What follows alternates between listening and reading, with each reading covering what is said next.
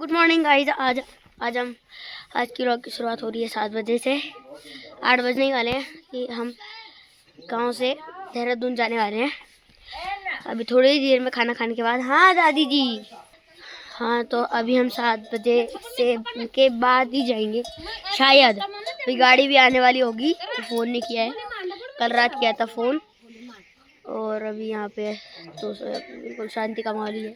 और मेरे पीछे बैकग्राउंड देख सकते हैं पूरे गांव उसका। और यहाँ पे धूप भी मस्त लगी है, मौसम बहुत अच्छा है।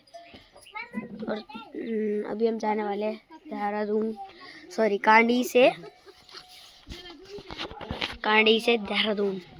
यहाँ से 206 किलोमीटर का सफ़र है, तो आप समझ ही सकते हैं 206 किलोमीटर कितना हो सकता है। और अभी यहाँ पे तो ऐसा ही कुछ है, तो मिलते हैं आपको गाड़ी में।